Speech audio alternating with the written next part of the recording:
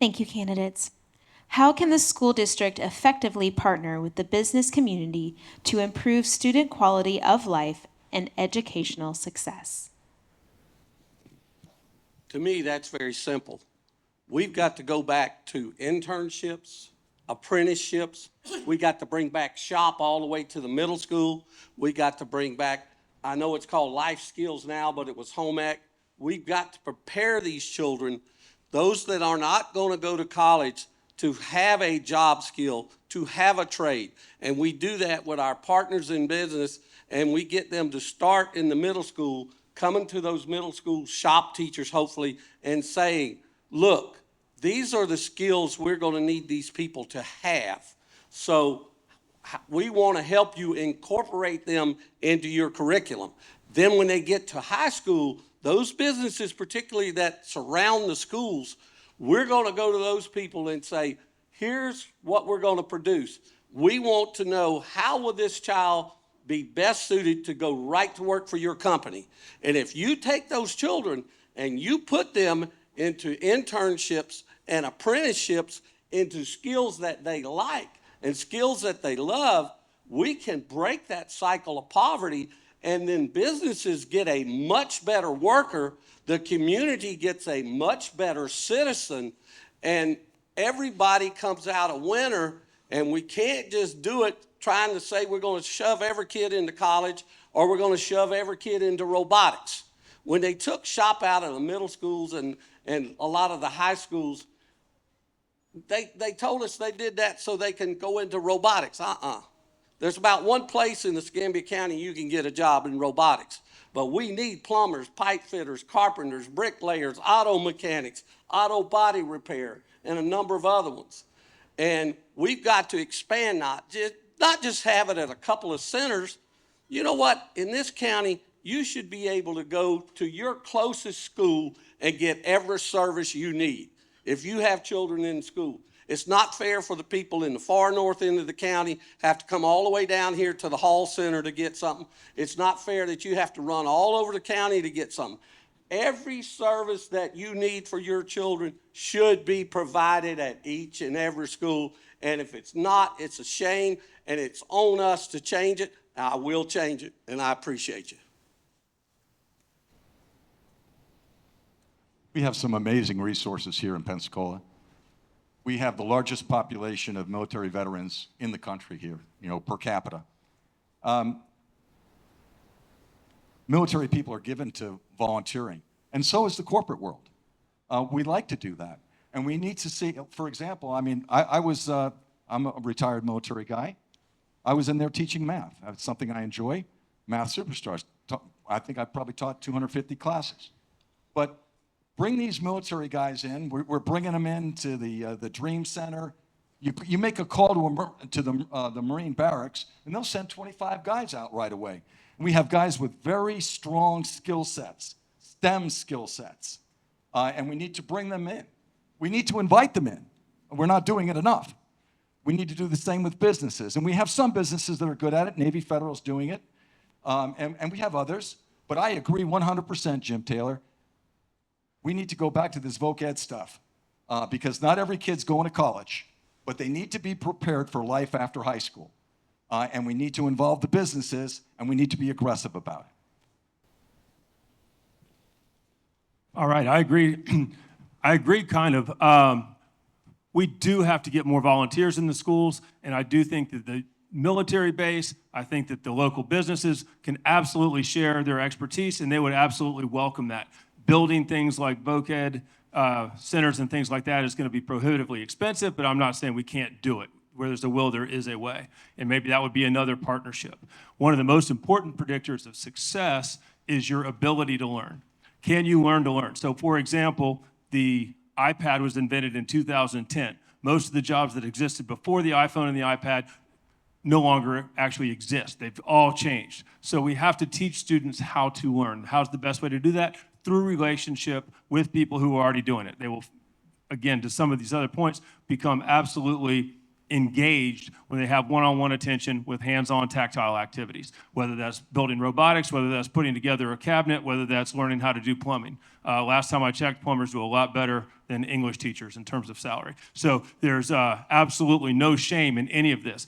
Learning how to work hard, I mean, grit, determination, effort, those things still matter. They matter on the sports fields, they matter in the classroom, they matter in the real world, and they matter in relationships. I mean, who do you want to be on your team as a husband, wife, father, daughter, what have you? You want somebody that's going to absolutely work through things and never, ever give up. And so, again, we don't give up on the kids. They won't give up on their futures. And I think we could do something as simple as designing an app to even pair people in the business and the professional community. Say, hey, I want to do this.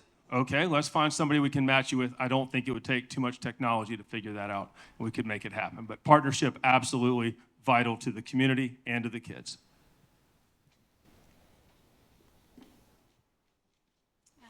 I agree. Partnerships are a great asset to our families.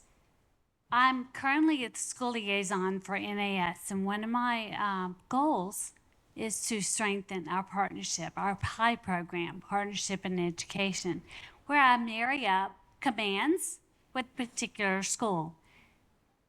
What a great opportunity that is. So then they have direct communication. What are your needs? And they can assist with whatever their needs are, whether it be field day, whether it be teaching a STEM class, or whether it be working with families and STEM programs like that. So great question. Thank you very much for the opportunity. Yes, partners are very important. I want to bring up a topic that hasn't been discussed to this point tonight, and that's the emergence of vouchers.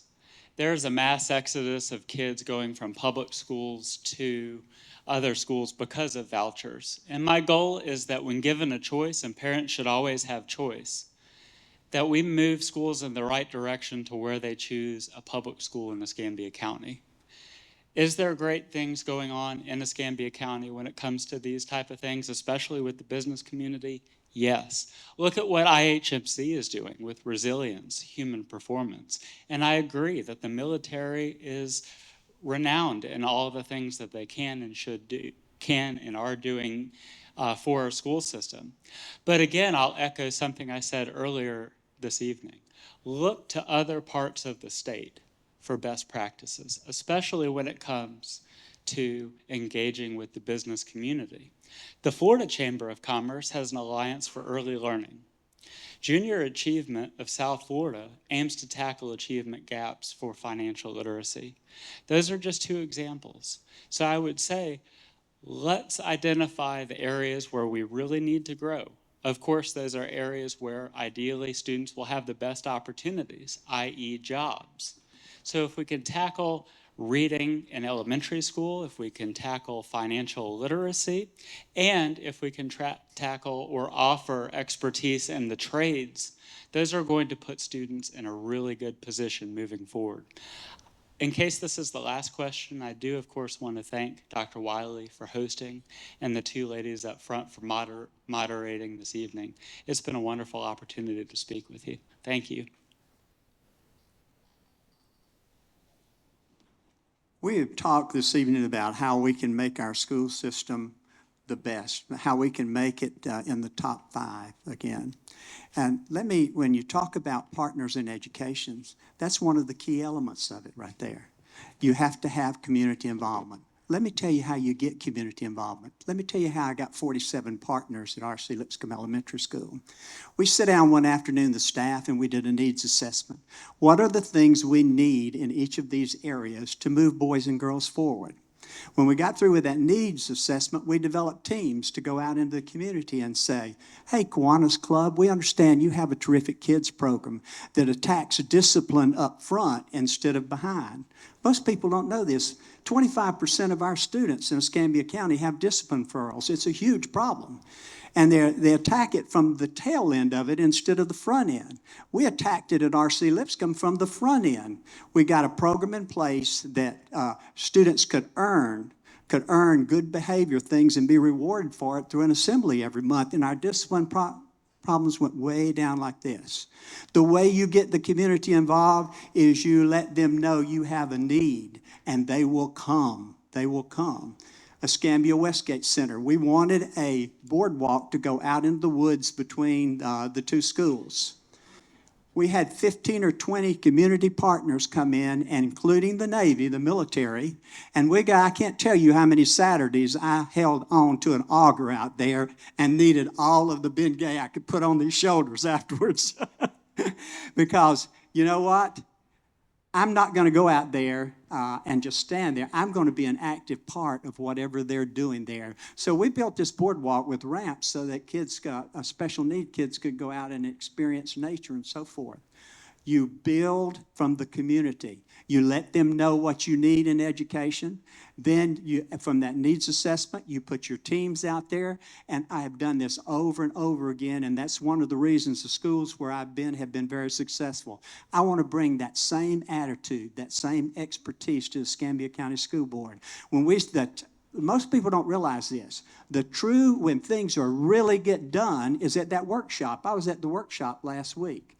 You can sit there and read the mood, because the Sunshine Law says that board members can't talk to each other about any issue that might come before them. You know, you have to do it in the sunshine. So they advertise a board meeting where they go over the board workshop, where they go over all the agenda and all the items, and people go to the regular board meeting when they vote on it. But when all that discussion is taking place, as a board member, this is the place to bring up community partnerships and things like this, put it on the agenda, and make sure that people understand how you get it. Principals understand how you get community partners. And once you understand that and get it going, we've gotten away from that, you know?